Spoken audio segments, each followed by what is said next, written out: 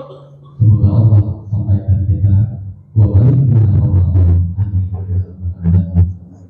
Hadirin jamaah yang dimuliakan Allah, kajian tema pada pagi hari ini yaitu mengambil dari kitab Muyassar dengan judul Salat Sunnah yang insyaallah akan disampaikan oleh Ustaz Firman Abdul Qadir, dan kita doakan beliau dalam keadaan sehat walafiat. Amin ya rabbal alamin. Sebelum dimulai kajian pada pagi hari ini, marilah kita awali dengan membaca basmalah. Bismillahirrahmanirrahim. Ya, terima kasih. Bismillahirrahmanirrahim. Assalamualaikum warahmatullahi wabarakatuh.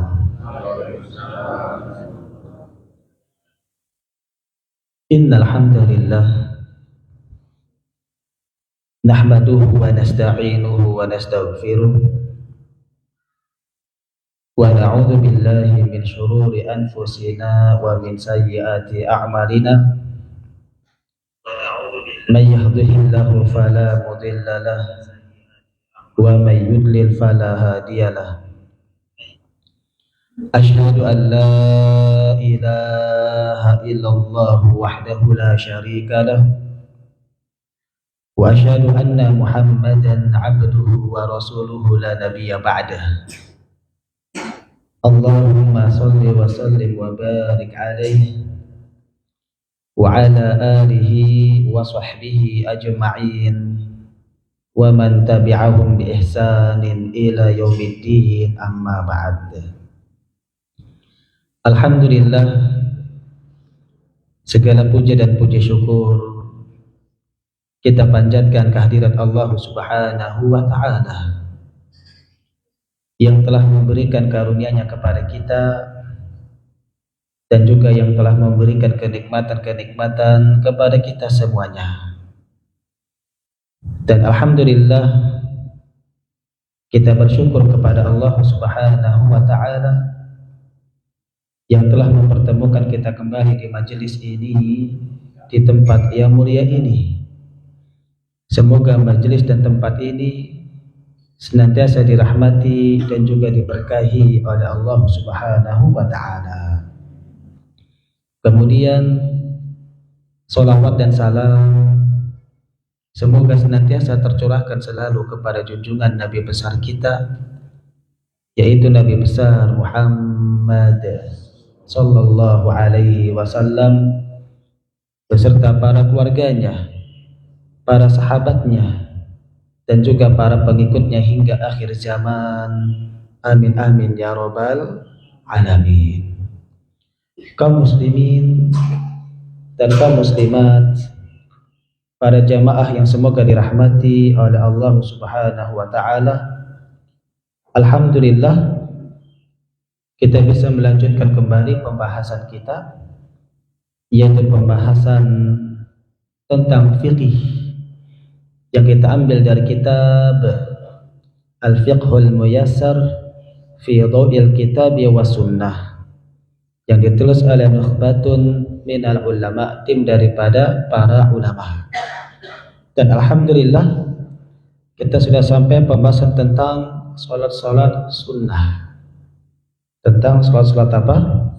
Sunnah. Sebelum kita lanjutkan pembahasan kita, bagaimana kabarnya para jamaah semuanya? Ya, alhamdulillah sehat Pak ya. Ibu-ibu sehat ibu-ibu? Alhamdulillah. Ya, kita lanjutkan pembahasan kita. Berkata nukhbatun minal ulama, tim daripada para ulama, mereka mengatakan al-babul khamis, bab yang kelima, fi salati tatawwu'i, yaitu tentang salat sunnah. Tentang salat apa? Sunnah. Wa fihi masailu, dan di dalamnya ada beberapa pembahasan. Di dalamnya ada beberapa pembahasan. Kalau kita lihat ada 7 pembahasan. Ada berapa pembahasan? 7 pembahasan. Nah, sebelum kita masuk pembahasan yang pertama, kata beliau di sini, wal muradu bitatawwu'i, yang dimaksud dengan at-tatawwu', yang dimaksud dengan salat sunnah adalah kullu ta'atin laysat biwajibatin, setiap ketaatan yang bukan perkara yang wajib. Setiap ketaatan namun itu bukan perkara yang apa? Yang wajib. Ini namanya di dalam at-tatawwu'. Iya, at-tatawwu' bisa juga artinya sunnah. Bisa juga artinya apa? Sunnah. Ya. Kalau di dalam kitab-kitab usul fikih daripada kalangan para ulama, itu sunnah itu artinya adalah orang yang mengerjakannya mendapatkan pahala dan orang yang meninggalkannya tidak berdosa. Ada dia maksud dengan apa? Sunnah. Adapun menurut kitab ini bahwasanya at-tatawwu' kullu ta'atin laysat biwajibatin, setiap ketaatan yang bukan termasuk perkara wajib. Ya, ketaatan apa saja yang melakukan ketaatan kepada Allah Subhanahu wa taala di dalam salatnya, namun itu bukan perkara yang apa? Yang wajib. Jelas di sini tentang at-tatawwu'? Jelas ya? Iya, lanjut. Al-mas'alatul ula, pembahasan yang pertama. Ya, tadi ada berapa pembahasan tadi? 7. Sekarang kita masuk pembahasan yang pertama. Al-mas'alatul ula fadluha wal hikmatu min masyru'iyatiha. Tentang keutamaan salat sunnah dan hikmah disyariatkannya salat sunnah.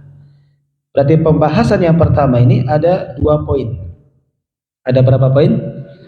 2 poin. Poin yang pertama fadluha, tentang keutamaannya. Kata beliau di sini, kata nukhbatun minal ulama, mereka mengatakan at-tatawwu'u bis salati min afdalil qurabati ba'da jihadi fi sabilillahi wa talabil ilmi. Keutamaannya di dalam salat sunnah, bahwasanya salat sunnah itu min afdalil qurbati ba'da jihadi fi sabilillah, termasuk amalan yang paling afdal di dalam mendekatkan dirinya kepada Allah Subhanahu wa taala setelah jihad di jalan Allah. Wa talabil ilmi, dan juga setelah menuntut ilmu. Jadi salat sunnah itu termasuk perkara yang paling afdal, perkara yang paling mulia di dalam mendekatkan dirinya kepada Allah Subhanahu wa taala. Maka siapa di antara kita ingin mendekatkan diri kita kepada Allah, hendaknya kita iringi dengan salat sunnah. Karena salat sunnah itu adalah amalan yang sangat utama. Setelah apa? Ba'dal jihadi fi sabilillah, yaitu setelah jihad di jalan Allah. Ya, berarti jihad di jalan Allah itu perkara yang paling mulia. Bahkan puncaknya agama Islam adalah apa? Jihad. Ya. Dan juga setelah menuntut ilmu, ini menunjukkan bahwasanya menuntut ilmu adalah perkara yang sangat afdol, perkara yang sangat utama. Iya, bahkan para ulama di antaranya Imam Syafi'i, itu beliau lebih suka untuk menuntut ilmu, mengkaji ilmu daripada mendirikan salat apa? Sunnah. Kenapa demikian? Kalau salat sunnah itu manfaatnya untuk dirinya sendiri. Tapi kalau talabul ilmi, menuntut ilmu, mengajarkan ilmu, kemudian beristinbat, mengambil hukum dari Al-Quran wal Hadis, kemudian ia keluarkan sebagai suatu pendapat madhab dan diikuti oleh semua manusia, kebanyakan manusia, maka itu lebih afdal di dalam keutamaannya. Iya, sehingga kata beliau di sini bahwasanya salat sunnah itu diantara perkara yang utama di dalam mendekatkan dirinya kepada Allah setelah jihad dan menuntut ilmu. Ini menunjukkan menuntut ilmu perkara yang sangat agung. Ya, maka jangan tinggalkan menuntut ilmu. Dengan ilmu lah kita bisa mengetahui mana yang hak dan mana yang batil. Dengan ilmu lah kita bisa mengetahui mana itu jalan menuju surga dan mana jalan menuju neraka Allah Subhanahu wa taala. Dan dengan ilmu pula lah kita dapat mengetahui mana tauhid, mana syirik, mana itu ajaran yang dibawa oleh Nabi Muhammad sallallahu alaihi wasallam dan mana itu bukan ajaran yang dibawa oleh Rasulullah sallallahu alaihi wasallam. Ya. Kemudian kata beliau, limudawamatin Nabi sallallahu alaihi wasallam ala taqarrubi ila rabbih bi nawafil sholawati. Kenapa dikatakan bahwasanya salat sunnah adalah perkara yang sangat afdal, yang sangat utama di dalam mendekatkan dirinya kepada Allah Subhanahu wa taala, karena Nabi kita yang mulia Muhammad sallallahu alaihi wasallam beliau senantiasa mengamalkannya. Limudawamatin Nabi, mudawam atau dawam itu artinya terus menerus. Senantiasa Nabi mengamalkan di dalam apa? Salat sunnah ala taqarrubi ila rabbih, dalam rangka mendekatkan dirinya kepada Allah Subhanahu wa taala binawafil sholawati, yaitu dengan mendirikan salat-salat sunnah. Ya, sehingga bahwasanya di dalam amalan yang sangat utama, yang sangat afdal diantaranya adalah mendirikan salat sunnah, karena Nabi senantiasa mengamalkannya dan hampir tidak meninggalkannya. Wali hadithi Abi Hurairah radhiyallahu anhu, ini berdasarkan hadis dari Abu Hurairah radhiyallahu anhu, ia berkata, qala Rasulullah sallallahu alaihi wasallam, telah bersabda Rasulullah sallallahu alaihi wasallam, innallaha ta'ala qala, sesungguhnya Allah taala berfirman. Nah, ini namanya hadis apa namanya? Hadis qudsi. Iya, hadis apa? Qudsi. Jadi Allah taala berfirman, man 'ada li waliyan faqad adzantuhu bil harbi. Barang siapa yang memerangi waliku, barang siapa yang memerangi waliku, maka sungguh aku umumkan kepadanya tentang peperangan. Nah, maka tidak boleh kita memerangi wali-wali Allah. Siapa yang memerangi wali-wali Allah, maka dia akan berhadapan dengan Allah Subhanahu wa taala. Maka Allah akan mengumumkan peperangan dengannya. Dan di antara wali-wali Allah adalah mereka orang-orang yang beriman kepada Allah, yang bertakwa kepada Allah, yang taat kepada Allah, yang tunduk kepada Allah, yang menjalankan perintah-perintahnya dan menjauhi larang-larangannya. Itulah wali-wali Allah. Secara umum wali Allah adalah orang yang beriman. Setiap orang yang beriman, merekalah wali Allah. Itu secara umum. Ya, namun di sana ada beberapa tingkatan-tingkatan di antara wali-wali Allah Subhanahu wa taala. Dan Allah Tabaraka wa taala mengatakan di sini, siapa yang memerangi waliku, maka sungguh aku umumkan perang terhadapnya. Wa ma taqarraba ilayya 'abdi bi syai'in ahabba ilayya mimma aftaratuhu alaihi. Dan tidaklah hambaku mendekatkan diri kepadaku dengan sesuatu yang lebih aku cintai melainkan apa yang telah aku wajibkan kepadanya. Sehingga amalan yang diwajibkan oleh Allah Subhanahu wa taala adalah amalan yang sangat dicintai oleh Allah Subhanahu wa taala. Allah mencintai hamba-hambanya yang melakukan amal saleh, yang dimana amalan tersebut diwajibkan oleh Allah Subhanahu wa taala. Seperti apa itu? Mendirikan salat 5 waktu, wajib apa tidak? Wajib, maka Allah mencintainya. Berbakti kepada kedua orang tua, wajib apa tidak? Wajib, maka Allah mencintainya. Mengeluarkan zakat, wajib apa tidak? Maka Allah mencintainya. Maka siapapun di antara hamba-hambaku yang dia beramal dengan apa yang aku perintahkan kepadanya, melainkan aku mencintainya. Kemudian selanjutnya hadis tersebut, wa ma yazalu 'abdi yataqarrabu ila bin nawafili hatta uhibbahu. Dan tidaklah seorang hamba, yaitu hamba Allah Subhanahu wa taala, senantiasa ia mendekatkan diri kepadaku bin nawafil, dengan amal-amal yang sunnah, hatta uhibbahu, sampai aku mencintainya. Sama. Ya, jadi amalan yang sangat dicintai oleh Allah Subhanahu wa taala adalah amalan yang diwajibkan oleh Allah. Dan seorang hamba ketika ia senantiasa mendawamkan kalimat wa ma yazalu Itu maknanya ad-dawam, terus menerus. Iya. Dan tidaklah hambaku terus menerus mendekatkan diri kepadaku dengan perkara-perkara yang sunnah bin nawafil. Ini artinya perkara-perkara yang apa? Sunnah. Sunnah di sini yang mengiringi perkara-perkara yang wajib. Salat ada yang wajib, ada juga yang apa? Sunnah. Infak, zakat ada yang wajib, ada juga yang apa? Yang sunnah. Iya, ketika seorang hamba ia mengamalkan perkara-perkara yang sunnah, apapun bentuk yang sunnahnya, hatta uhibbahu, sampai aku mencintainya. Sehingga amal-amal yang sunnah ini amalan yang dicintai oleh Allah Subhanahu wa taala. Al-hadis yang dikeluarkan oleh Al-Imam Al-Baghawi dalam kitabnya Syarhus Sunnah dan juga imam-imam yang lainnya.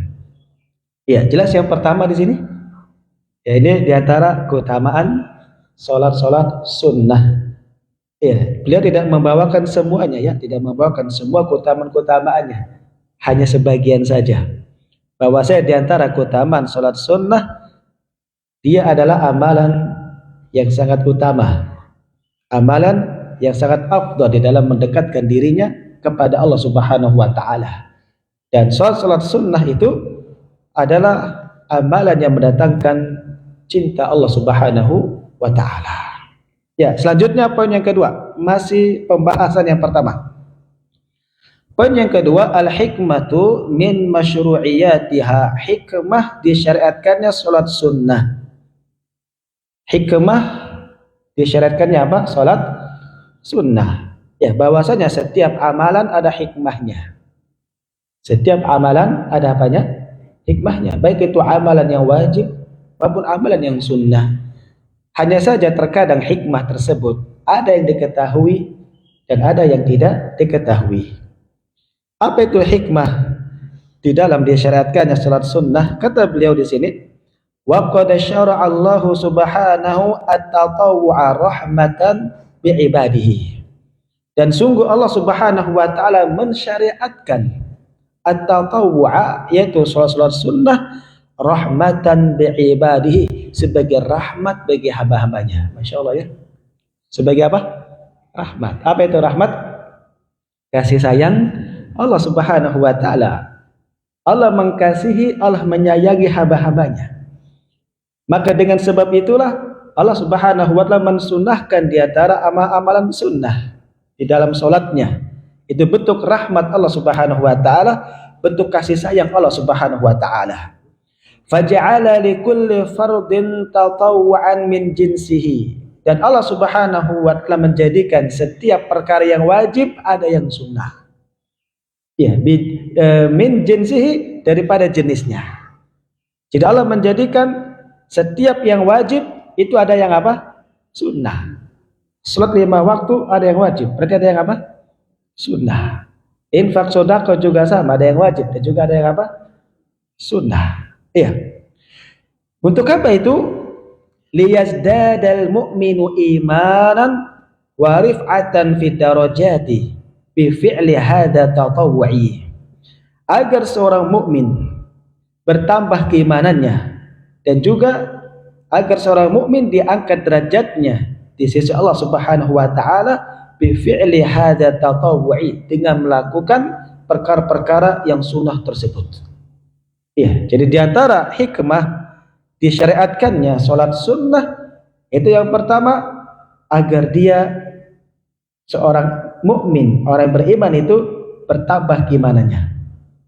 Yang kedua, yaitu agar diangkat derajatnya di sisi Allah Subhanahu wa taala.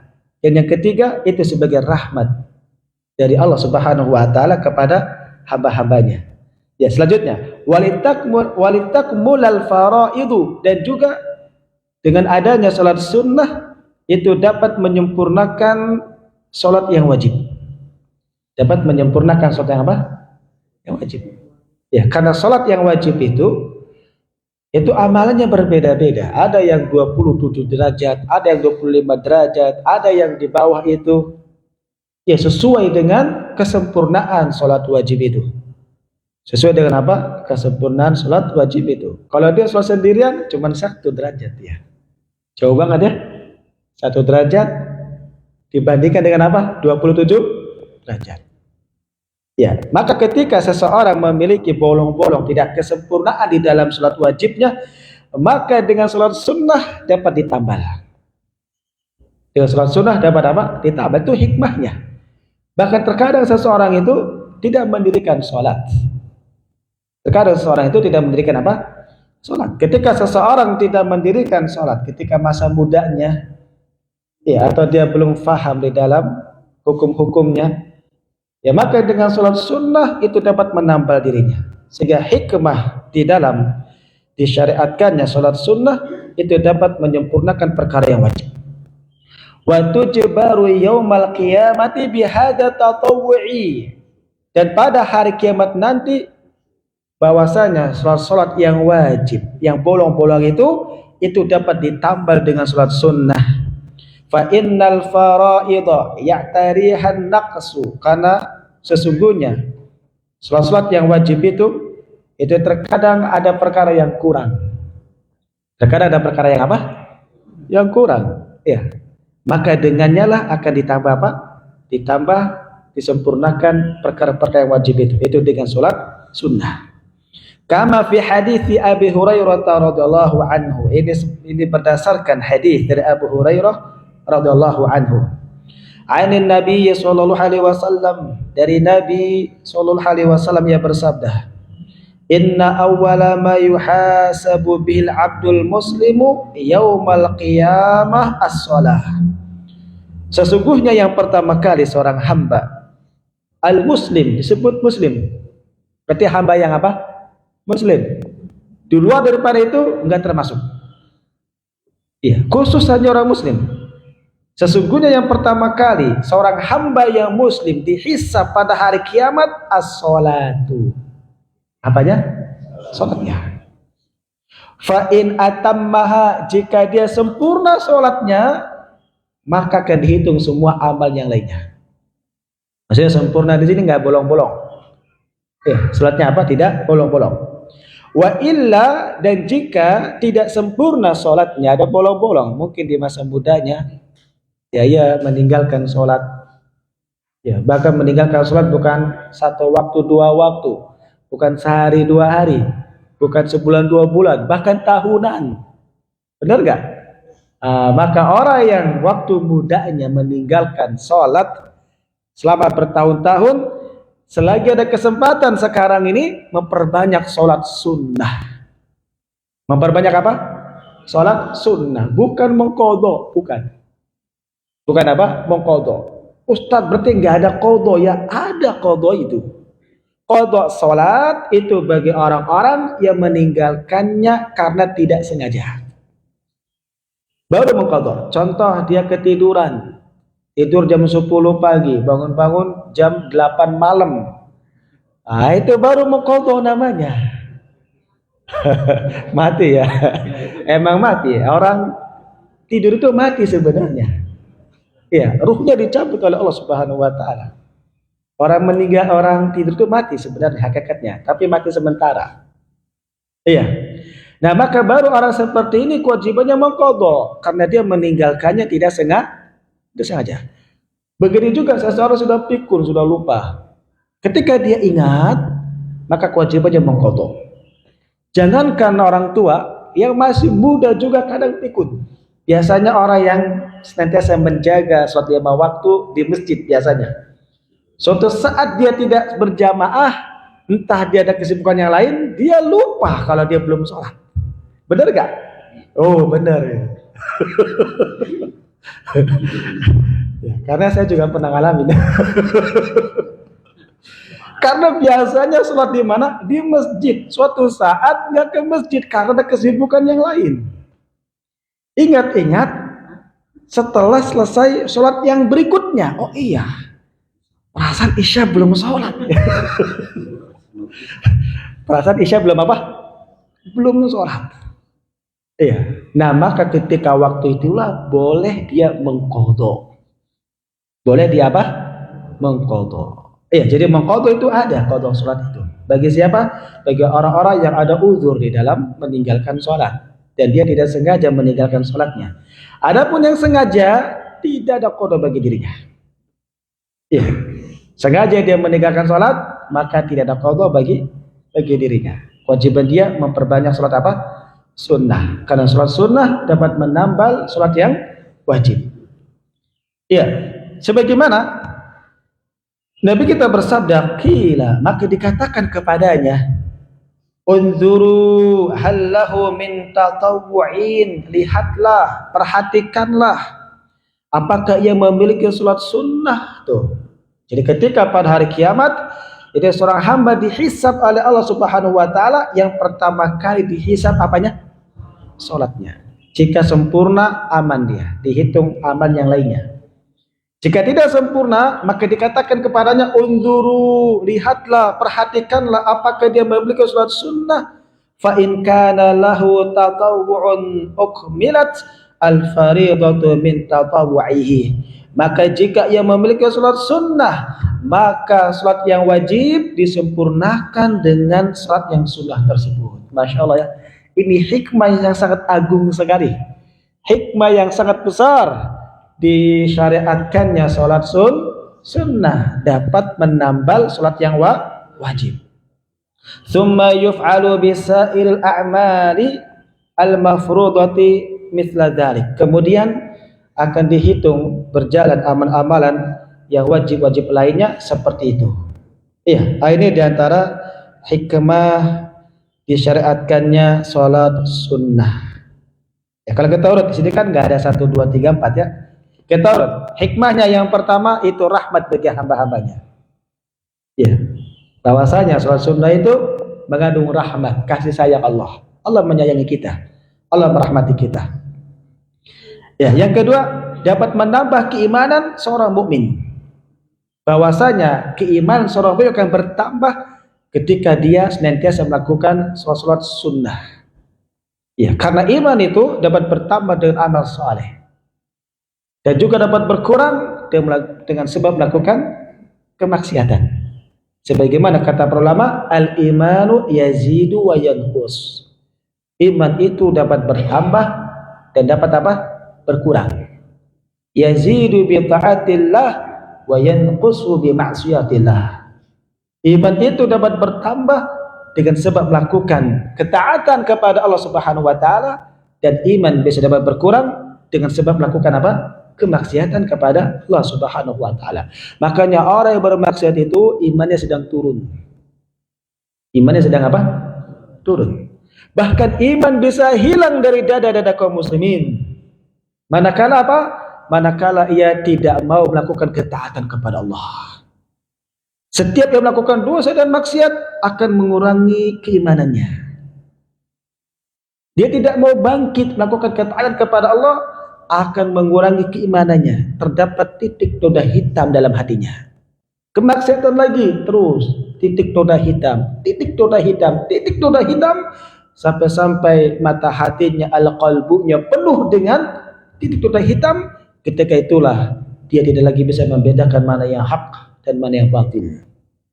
Ketika itulah dia sangat mudah untuk dimurtadkan oleh orang-orang yang memurtadkan kaum muslimin. Iya, wal'iyadu billah.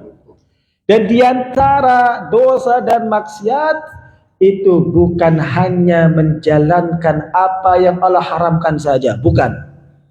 Dosa dan maksiat itu bukan hanya melakukan perzinahan, bukan hanya memakan harta riba, bukan hanya menzalimi orang lain, bukan hanya itu. Dosa dan maksiat juga ketika dia meninggalkan apa yang diwajibkan oleh Allah Subhanahu wa taala. Maka siapa yang meninggalkan salat, ia akan melakukan dosa dan maksiat kepada Allah Subhanahu wa taala. Jelas di sini? Iya. Kita lanjut. Oh, kita baru 2 ya. Yang kedua apa? Dapat menambah keimanan. Yang ketiga, hikmah diantara disyariatkannya salat sunnah itu dapat menaikkan, meninggikan derajatnya di sisi Allah Subhanahu wa taala. Dengan melakukan salat sunnah akan diangkat derajatnya oleh Allah Subhanahu wa taala. Dan yang keempat, bahwasanya hikmah salat sunnah itu dapat menambal dari sholat yang wajib yang dia telah meninggalkannya. Ya, itu diantara hikmah disyariatkannya di dalam sholat sunnah. Selesai sudah pembahasan yang pertama, jelas di sini? Iya, saya minum dulu ya. Sebentar.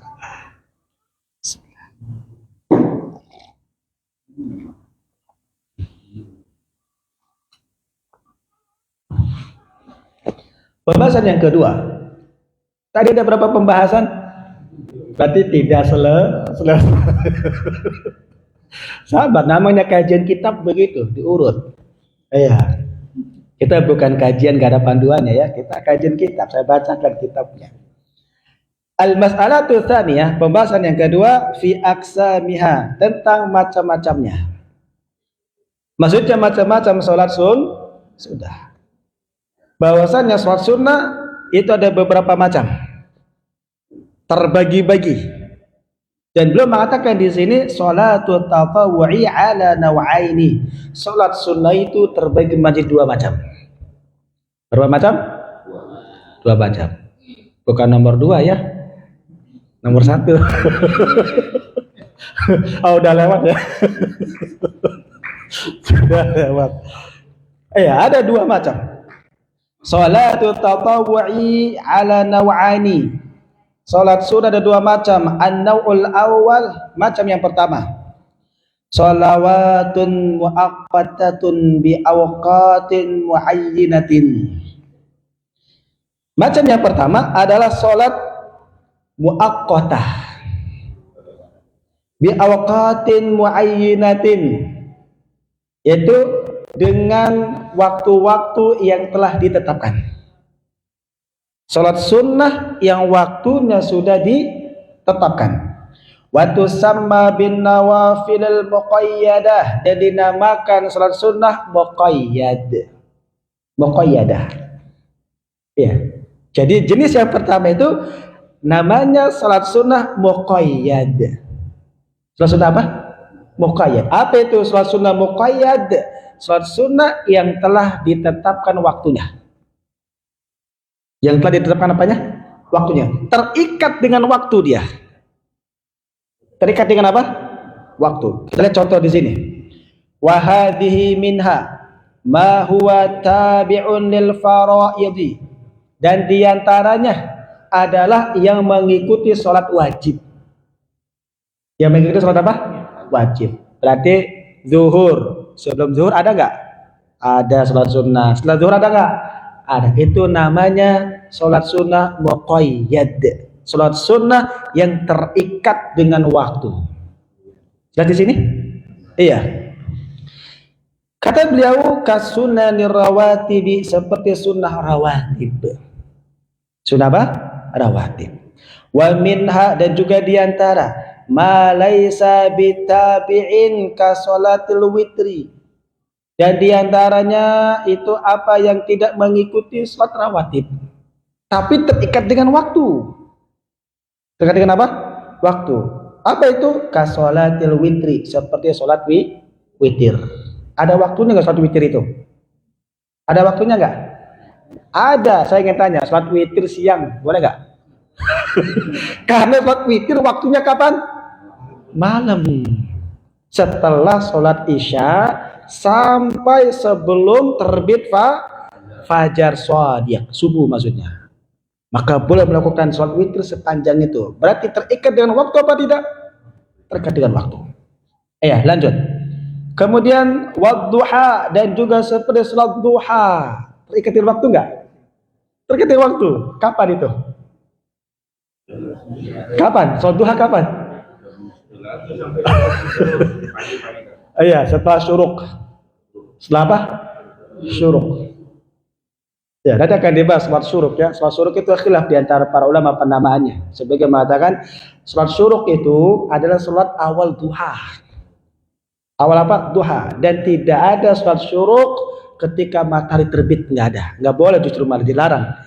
Dilarang seseorang mendirikan sholat sunnah ketika matahari apa? Terbit. Jangan memahami matahari terbit namanya sholat syuruk. Enggak. Sholat syuruk itu terjadi setelah matahari terbit dengan sempurna dan naik sedikit kurang lebih 15 menit baru boleh ia sholat syuruk.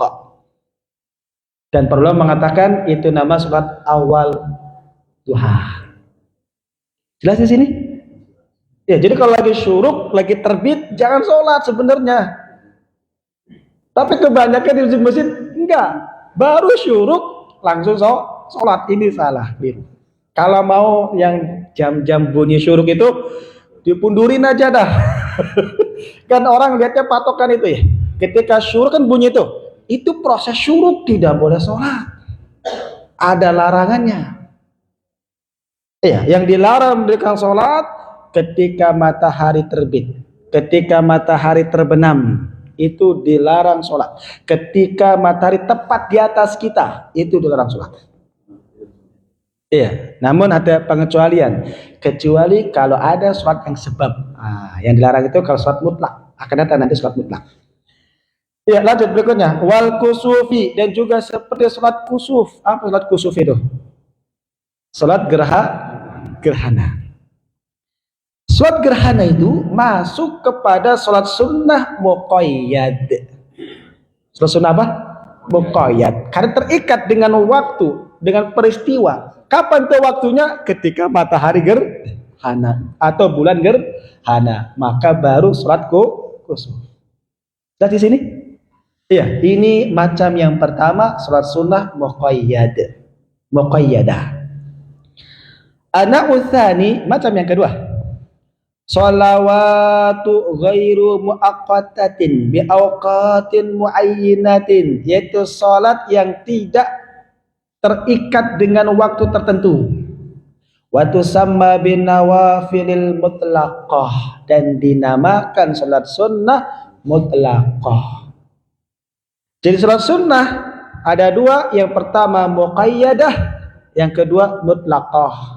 Kalau muqayyadah terikat dengan waktu. Kalau mutlaqah tidak terikat dengan waktu. Kapan itu? Ya kapan saja. Kapan saja. Kecuali di waktu-waktu yang terlarang. Sebagaimana belum mengatakan di sini.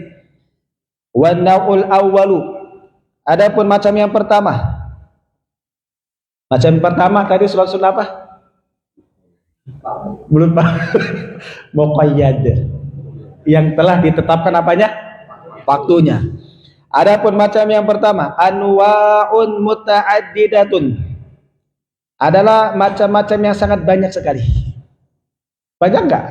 Banyak. Sebelum maghrib, setelah maghrib, boleh sebelum maghrib pada sholat sunnah, tapi nanti bukan rawatib. Juga dengan sebelum asar ada sholat sunnah, tapi bukan rawatib. Nanti akan dibagi lagi nanti. Begitu. Iya, ada banyak sekali. Ba'duha akadu min ba'din, sebagiannya itu saling ditekankan dengan sebagian yang lain. Jadi ada salat sunnah yang muqayyadah yang sangat ditekankan, ada yang tidak. Wa akadu anwa'ihi al-kusufu, dan macam yang sangat ditekankan dari salat sunnah muqayyad adalah al-kusuf. Salat apa? Kusuf. Itu sangat ditekankan. Apa yang sholat kusuf? Gerhana matahari, gerhana bulan, itu sangat ditekankan, dianjurkan untuk didirikan sholat sunnah. Summal witru, kemudian witir. Witir sangat dianjurkan, bahkan sebelum diwajibkannya sholat 5 waktu, itu diwajibkan sholat witir di malam hari. Ya, sebelum adanya peristiwa Isra Mi'raj, itu sudah sholat Nabi para sahabat. Hanya saja kapan sholatnya? Di malam hari. Sholat witir. Ya, ketika terjadi peristiwa Isra Mi'raj, diwajibkannya 5 waktu, maka sholat witir turun kedudukannya menjadi sunnah yang sangat ditekankan. Sunnah yang sangat apa? Ditekankan. Iya. Summa sholatul istisqa'i, kemudian sholat al-istisqa. Sholat apa itu? Iya, meminta hujan. Al-istisqa. Ya, ketika di suatu tempat negeri mengalami kemarau panjang, maka disunahkan untuk sholat al-istisqa. Summa sholatut tarawih, dan juga sholat tarawih. Tuh, bentar lagi insyaallah taala. Sholat apa? Tarawih. Ini soal yang saya ditekankan. Iya. Wa amma nau'u tsani, dan adapun macam yang kedua. Tadi kan macam yang pertama. Iya, macam yang pertama yaitu tentang sholat sunnah muqayyad yang telah ditetapkan waktunya, yaitu sebagian dan yang lainnya ada perkara yang ditekankan, di antara sholat kusuf, sholat witir, istisqa, sholat tarawih. Wa amma nau'u tsani, adapun macam yang kedua, apa tadi sholat sunnah macam yang kedua? Mutlaq. Bagus, mutlaqah. Jadi ada muqayyad, ada mutlaq. Atau boleh ya katakan muqayyadah atau mutlaqah. Iya. Adapun macam yang kedua, fayushra'u fil laili kullihi, yaitu disyariatkan sholat pada malam hari seluruhnya. Pada malam hari apa? Seluruh. Jadi setelah sholat isya, boleh dia sholat sunnah mutlak. Boleh sholat apa? Sunnah mutlak. Sholat sunnah mutlak ini, dia ingin sholat saja. Dia ingin apa? Ingin sholat saja. Dalam rangka mendekatkan dirinya kepada Allah Subhanahu wa Ta'ala, yang tidak terikat dengan yang lain-lainnya, tidak.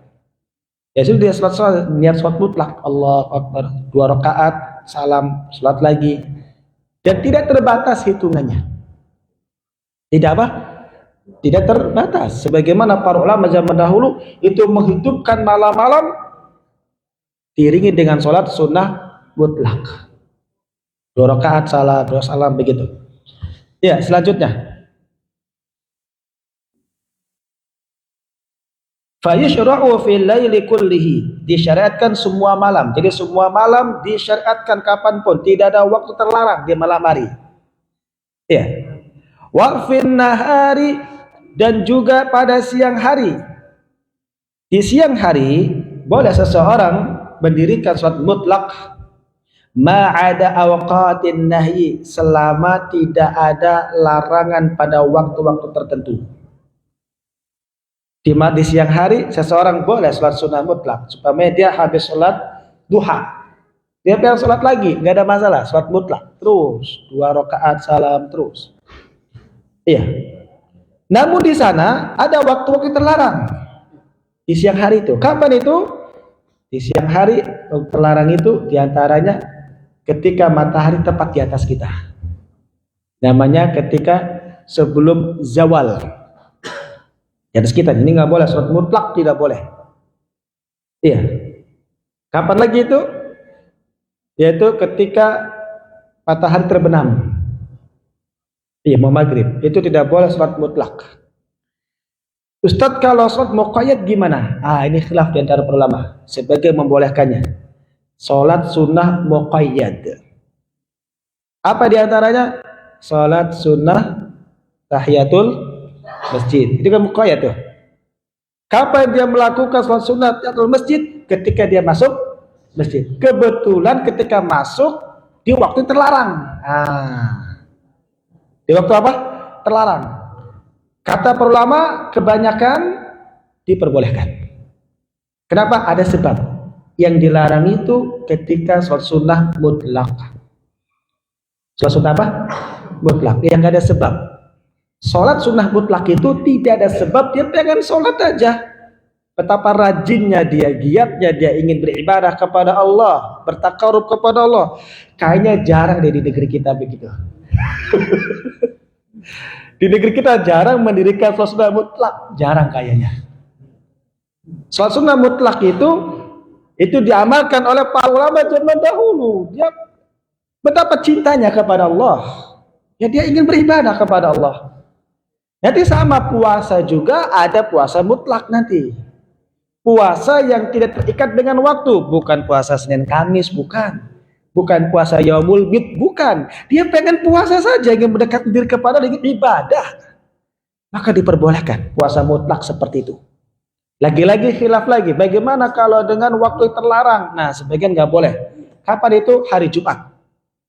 Tidak boleh seseorang puasa mutlak pada hari Jumat bersendirian. Kalau diiringi boleh. Kamis, Jumat, Jumat, Sabtu, Minggu, itu baru boleh. Kalau bersendirian ada hadisnya larangan.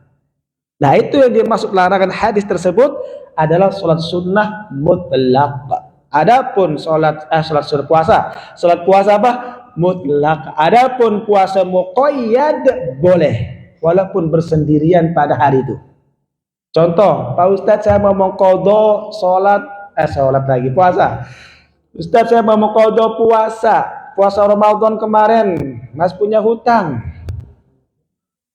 Kebetulan hari Jumat aja sendirian, boleh nggak? Boleh. Karena itu adalah sholat puasa apa? Puasa muqayyad, yang terikat. Apa itu? Mengqadha. Boleh. Tapi kalau dia puasa di dalam puasa mutlak, nggak boleh bersendirian. Jelas ya? Ya, lanjut. Ya, kitab lagi. Wa sholatul laili afdalu min sholatin nahari, dan sholat malam itu lebih utama daripada sholat di siang hari. Masya Allah ya.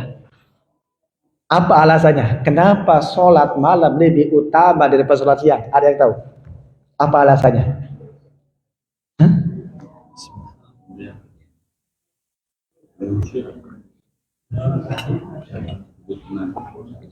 Kenapa? Karena di malam hari Allah tabaraka wa ta'ala turun ke langit dunia. Masya Allah. Di malam hari Allah subhanahu wa ta'ala turun kemana? Ke langit dunia. Kapan itu? Di sepertiga malam terakhir. Itu waktu yang sangat agung. Dan Allah berjanji kepada hamba-hambanya, siapa yang meminta akan kukabulkan doanya. Siapa yang minta ampun akan kuampuni. Makanya di malam hari lebih utama sholat sunnah daripada di siang hari. Ingat, ini perkara utamanya. Dua-duanya sunnah. Dua-duanya apa? Sunnah. Namun yang paling utama di malam hari. Selesai sudah pembahasan yang kedua. Satu lagi, sedikit. Pembahasan ketiga. Kita ada berapa pembahasan? 7. Al-mas'alatu tsalitsah, pembahasan yang ketiga. Ma tusannul lahul jama'atu min sholati tatawwu'i. Hal-hal yang disunahkan untuk berjamaah di dalam sholat sunnah. Tuh, perhatikan di sini.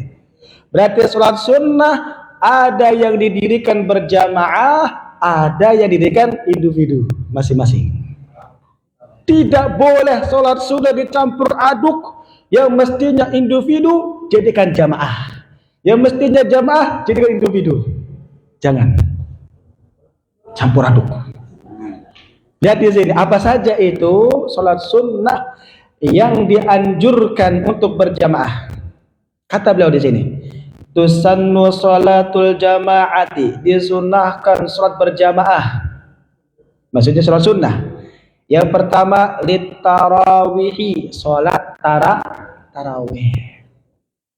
Ustaz sampai sendirian boleh nggak? Boleh, nggak apa-apa. Tapi berjamaah lebih afdol.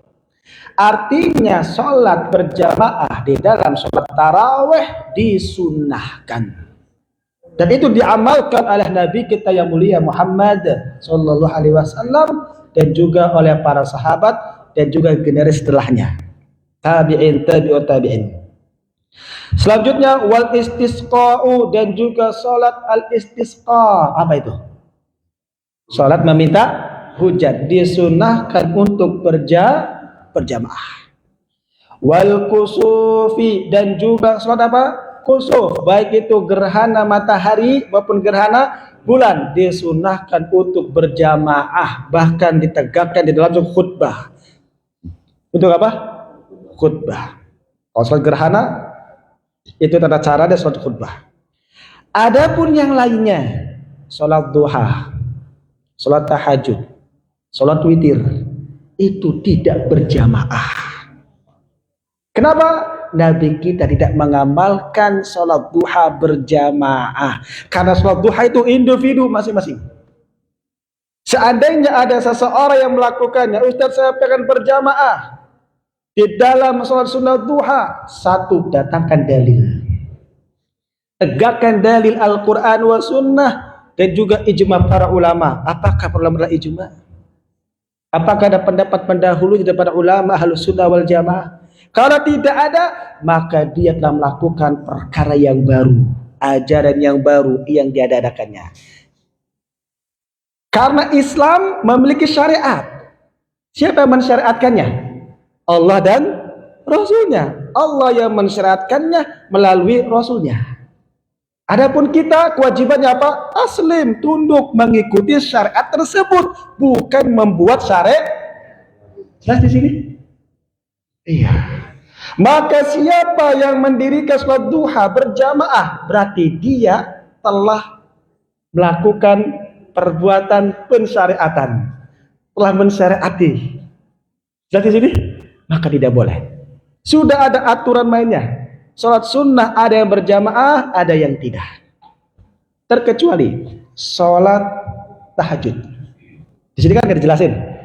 Salat tahajud kalau sesekali dia berjamaah diperbolehkan. Ingat, sesekali. Kenapa? Tegak dalil, ada dalilnya. Apa itu? Abdullah bin Abbas pernah salat tahajud berjamaah dengan Rasulullah Shallallahu Alaihi Wasallam. Cuman sekali doang. Cuman apa? Sekali. Ketika Abdullah bin Abbas itu menginap ya bersama Nabi di malam hari, Nabi sholat malam. Lalu Abdullah bin Abbas dia inisiatif berwudu sholat bersama Nabi. Awalnya di mana? Awalnya di sebelah kiri, sejajar. Ya, Nabi sebelah kanan, Abdullah bin Abbas di mana? Sebelah kiri. Lalu Nabi memutarkan Abdullah bin Abbas, memposisikan di mana? Sebelah kanan. Sejajar. Nah, dalam hadis ini itu jadi sebagai hikmah bahwasanya seseorang ketika sholat berdua sejajar. Ketika sholat berdua apa? Sejajar. Sebagaimana Nabi dan Abdullah bin Abbas ketika sholat malam. Dan itu terjadi hanya sekali saja. Sholat tahajud berjamaah. Makanya sholat tahajud tidak berjamaah. Tidak apa? Tidak berjamaah. Sesekali boleh sama istrinya. Kalau sama istri jangan sejajar. Kalau sama istrinya jangan sejajar. Istrinya di belakang, gak boleh sejajar sama istrinya salat tahajud. Sesekali boleh. Sekali saja. Atau dengan anaknya dalam rangka mengajarkan salat sunnah. Maka tidak mengapa. Ya, hukum asalnya tidak boleh. Baik itu salat duha maupun salat-salat yang lainnya, atau salat qabliyah ba'diyah. Salat qabliyah ba'diyah yang mengiringi salat wajib berjamaah apa tidak? Kalau ada orang yang berjamaah boleh apa enggak? Boleh apa enggak? Enggak boleh. Kalau ada yang melakukannya berarti dia telah melakukan pensyariatan. Tidak. Aku udah selesai sampai fase ketiga. Ya, jika ada seseorang yang dia berjamaah di dalam salat qabliyah, satu di sini. Oh sama. Iya. Dan juga ba'diyah berjamaah, maka ini tidak dibenarkan. Wallahu alam bishawab. Selesai sudah pembahasan kita, baru 3 pembahasan. Berarti tersisa berapa? 4 pembahasan. Insyaallah ta'ala di bulan yang akan datang kita akan berjumpa lagi di bulan Ramadan berarti ya. Insyaallah ta'ala. Ya, ada pertanyaan, silakan yang bertanya. Iya, silakan Pak.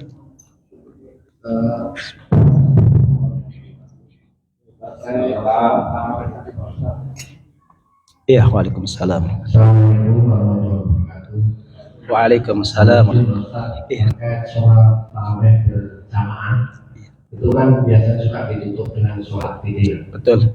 Nah, sedangkan kita malamnya ada tahajud, apakah perlu ditutup dengan sholat witir atau tidak? Iya. Malamnya. Iya. Terus tadi saya kurang jelas juga, sholat tahajud tidak boleh berjamaah, gimana tadi? Berjamaah. Berjamaah. Iya. Kalau pas kita 20 hari terakhir itu, ya 10 hari terakhir itu kan, Iya. kita suka iktikaf terus sholat. Iya. tahajud. Iya. Gimana itu, Pak? Ini harus dimatiin satu. Iya. Yang pertama, tentang apa tadi yang pertama? Taraweh. Iya. Kemudian dia sholat witir. Malamnya tahajud. Iya, boleh apa tidak? Sebagian para ulama berpendapat bahwasanya sholat witir itu adalah sholat penutup. Sholat apa? Penutup. Ketika selesai sholat witir, maka tidak ada lagi sholat sunnah. Karena witir penutup. Iya. Nah, bagaimana kalau seorang sholat tarawih ada witirnya? Bagaimana sikap kita? Apakah kita ikut imam, yaitu sholat witir, atau kita tidak ikut imam agar kita bisa sholat lagi di malam hari? Bagaimana ini Ustaz? Yang paling afdol adalah dia ikut imam. Yang paling afdol apa? Ikut imam. Kenapa? Karena orang yang sholat witir bersama imam sampai selesai, sholat tarawih bersama imam sampai selesai sampai witir, maka dia seperti sholat semalaman suntuk. Seperti apa? Sholat semalaman suntuk. Jadi nggak perlu lagi dia sholat lagi. Ikut imam. Iya. Nah, Ustadz bagaimana? Ini yang pertama. Yang kedua, Ustadz bagaimana ketika seseorang sholat berjamaah di tahajud? Seperti 10 hari terakhir di bulan Ramadan. Nah, biasanya malamnya mendirikan lagi sholat apa? Tahajud. Ini bagaimana Ustadz? Iya, kalau saya berhusnudzon, itu sholat tarawih yang diakhirkan. Sholat tarawih yang apa? Diakhirkan. Karena sebagian teman-teman saya juga itu tarawihnya tidak habis isya, ditunda. Kapan tarawihnya? Itu malam, biasanya kadang jam 12 malam. Ya, seperti saya dulu pernah ikut daurah di Al-Furqan di Gresik, Jawa Timur. Itu ketika selesai sholat isya, kita tidak sholat tarawih, semua bubar. Semua apa? Bubar. Ya, ada yang makan, ada yang istirahat. Nanti jam 12 malam bangun, kumpul di masjid, sholat tarawih. Sampai kapan? Sampai menjelang syuruk lagi. Sampai menjelang fajar. Fajar kadib, bukan fajar sodik, fajar kadib. Kalau fajar kadib itu fajar yang pertama. Kalau fajar sodik itu fajar kedua, tanda masuk waktu sholat subuh. Sampai fajar kadib baru selesai makan sahur. Itu yang ada terjadi, yang saya alami dan juga teman-teman. Mestinya begitu. Kalau dia ingin sholat tarawihnya di malam hari, maka di awal dia tidak sholat tarawih, istirahat tidur. Iya. Nah, permasalahannya, Ustadz bagaimana kalau double? Ini dia. Dia sudah sholat tarawih bersama jamaah, sudah witir pula, di malam harinya sholat lagi. Ini gimana nih Ustaz? Maka niatkanlah sholat mutlak. Niatkan sholat apa? Mutlak. Karena sholat mutlak itu tidak terikat dengan waktu. Tidak terikat dengan apa? Dia ingin beribadah kepada Allah, ya bukan sholat tarawih. Seperti itu Pak. Wallahu alam bisawab. Ya, ada lagi, silakan.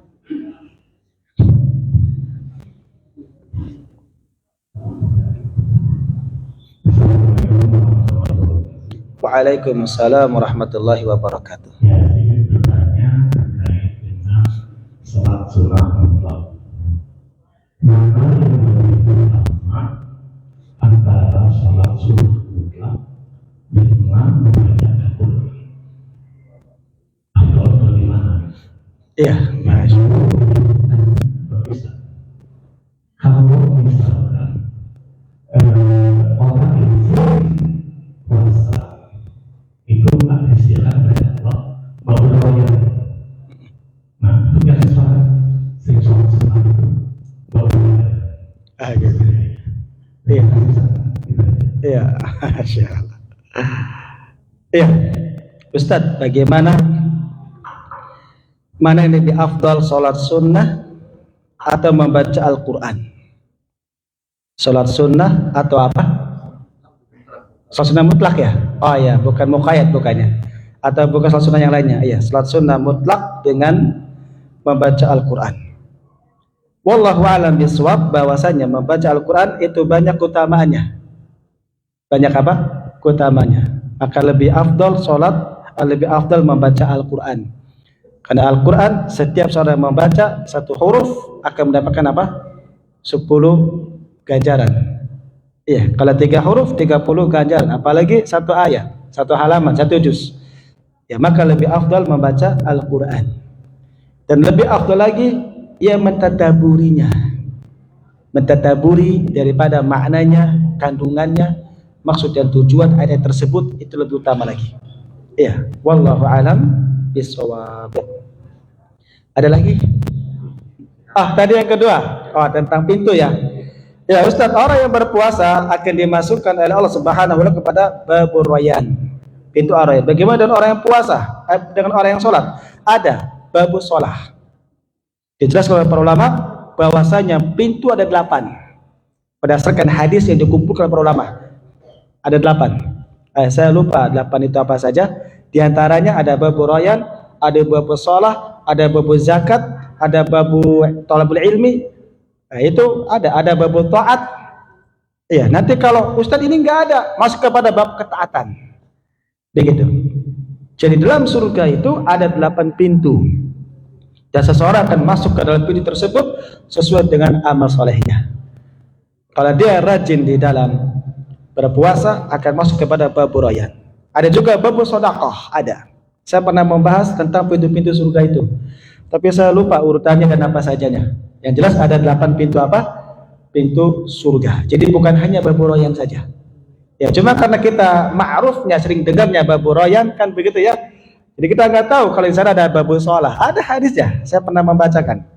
Ya, di sana ada babur sholah dan juga ada babur sedekah dan yang lain-lainnya. Wallahu alam bishawab. Oh, ibu-ibu tuh. Enggak apa-apa, satu lagi. Ya, silakan Bu. Satu lagi. Waalaikumsalam warahmatullahi wabarakatuh.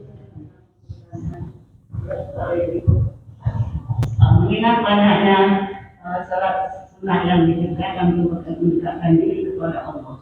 Salat sunnah mana yang paling afdal? Masya Allah. Iya. Waalaikumsalam warahmatullahi wabarakatuh. Iya, Ustadz. Bahwasanya sholat sunnah itu sangat banyak sekali. Manakah yang lebih afdal, yang lebih dicintai oleh Allah Subhanahu wa Ta'ala? Secara umum, yang paling dicintai oleh Allah Subhanahu wa Ta'ala amalan yang kontinu. Itu yang pertama. Amalan apa? Kontinu. Sedikit tapi kontinu terus menerus. Itulah amalan yang dicintai oleh Allah Subhanahu wa Ta'ala. Yang kedua, di antara sholat sunnah yang paling afdol adalah sholat sunnah rawatib. Sholat sunnah apa? Rawatib. Iya, sholat sunnah yang diiringi antara satu dan lainnya. Kenapa? Karena ada hadis-hadis yang menjelaskan bahwasanya siapa yang mendirikan sholat sunnah rawatib, maka dia akan dibangunkan surga oleh Allah Subhanahu wa Ta'ala. Siapa yang ingin surga atau rumah di surga, kafling, kalau kita kafling ya, maka memperbanyaklah rajin dan didawamkan sholat sunnah rawatib. Sholat sunnah rawatib itu harus didawamkan sehingga mendatangkan cinta Allah Subhanahu wa Ta'ala. Kan amalan yang sangat dicintai oleh Allah adalah apa? Dawam, yang terus menerus dia mengamalkannya.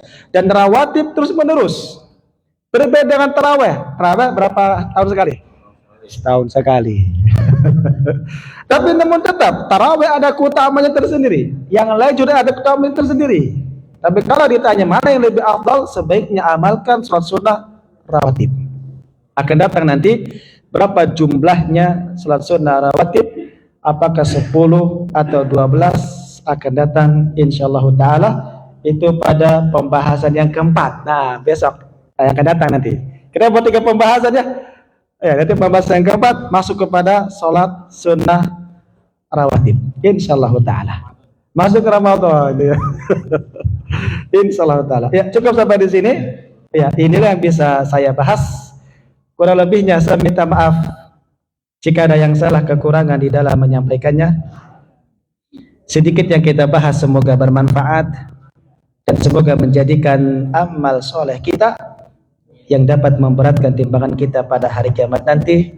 Saya akhiri, wassallallahu ala nabiyyina Muhammadin wa ala alihi wa sahbihi ajma'in. Alhamdulillah, syukur kasih Ustaz